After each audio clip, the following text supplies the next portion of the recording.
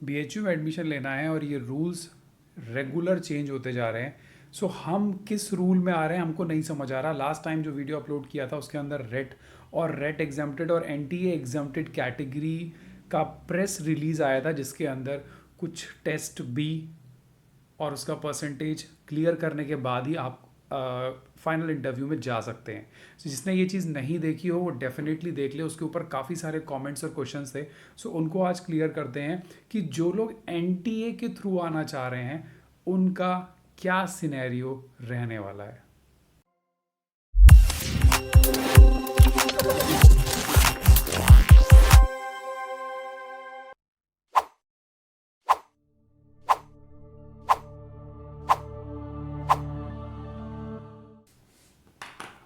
NTA का examination बहुत ही जल्दी होने वाला है। आपने डेट्स भी देख ली होंगी, इस मंथ के एंड में 27, 26, 28 ऐसे डेट्स आ चुकी हैं और जिसका एग्जामिनेशन की कॉल लेटर भी डाउनलोड हो जाएगा बहुत ही जल्दी।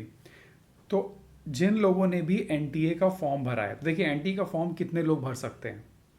ईदर अगर मैंने नेट क्वालिफाई कर रखा है, सो हो सकता है कुछ ऐसे लोग भी हो जिन्हें नेट क्वालिफाई कर रखा है फिर भी एनटीए का फॉर्म भरा हो। सो ट्रू, और शायद आप में से काफ़ी सारे ऐसे लोग हैं।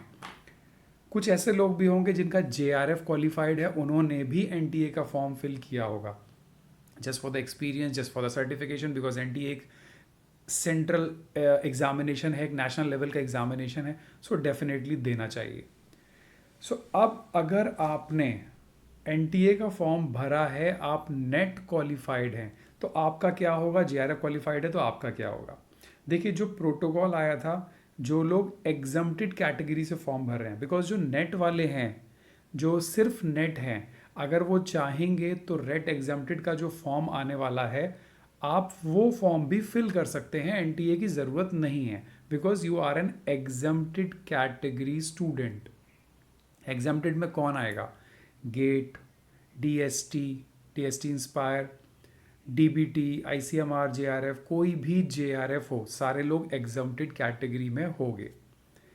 तो जो लोग एग्जम्प्टेड में हैं उनका प्रेस रिलीज आ चुका, उनको टेस्ट बी देना होगा, रिसर्च प्रपोजल राइट अप करना होगा, a sort of examination I can say. और वो एग्जामिनेशन के बाद 40% स्कोर करना होगा on the basis of what you have delivered. तो this is for those who are exempted. तो आप जो नेट वाले थे, अगर वो एनटीए के थ्रू आएंगे तो क्या उनको एग्जाम देना है। So the answer is no, आपको ऐसा कोई एग्जामिनेशन नहीं देना है, आपका डायरेक्ट इंटरव्यू होगा। बट प्रोसीजर क्या होगा उसको ज़रूर समझ लो।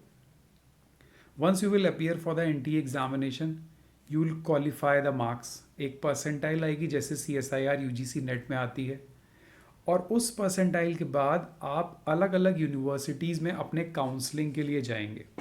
जितने भी डिपार्टमेंट हैं, यूनिवर्सिटीज़ हैं, अपना एक डेट निकालेंगी, उसके बेसिस पे आपको अप्लाई करना होगा। जैसे हम लोग ग्रेजुएशन में काउंसलिंग करते हैं, मेडिकल की, इंजीनियरिंग की, हमारी एक रैंक आती है ऑल ओवर इंडिया रैंक, उसके बेसिस पे काउंसलिंग होती है।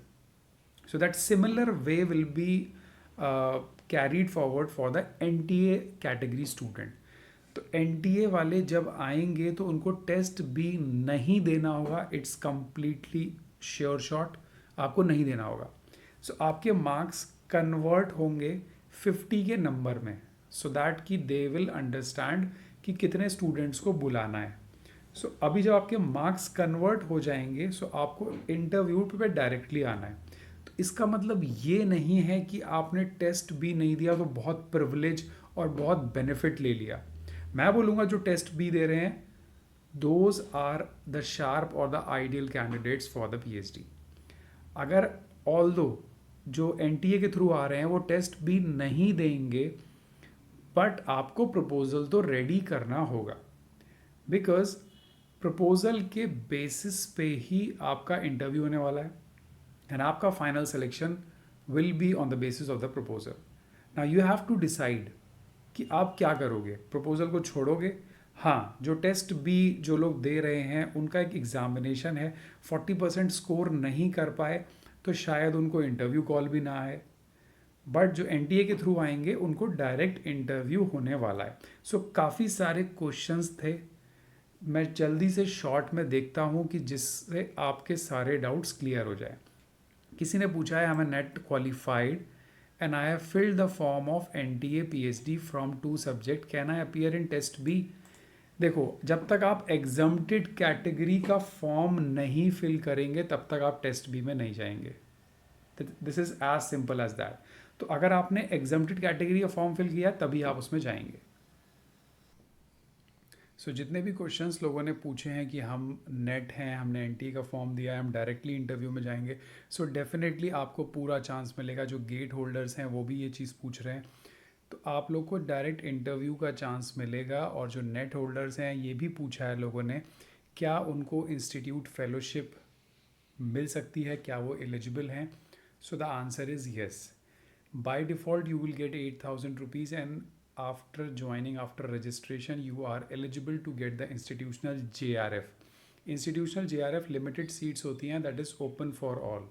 उसका सिर्फ और सिर्फ एक ही रिक्वायरमेंट होता है, that you must be a registered PhD scholar. आप चाहे नेट हो चाहे गेट हो, अगर एक बार आपने रजिस्ट्रेशन ले लिया then you will get the fellowship. बाकी जो सारे क्वेश्चंस हैं, डाउट हैं, वो बेसिकली रिसर्च प्रपोजल के ऊपर हैं कि कैसे रिसर्च प्रपोजल बनेगा, किस सब्जेक्ट में, एक्सेट्रा एक्सेट्रा।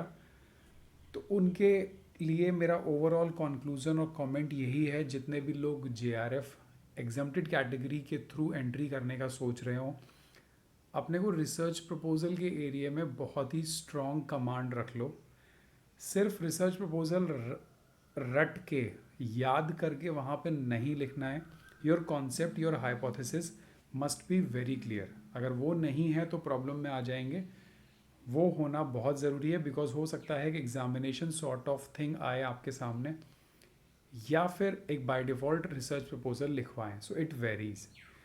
चाहे आप टेस्ट बी के थ्रू आओ, चाहे आप डायरेक्टली आओ, रिसर्च प्रपोजल बहुत स्ट्रांग होना चाहिए।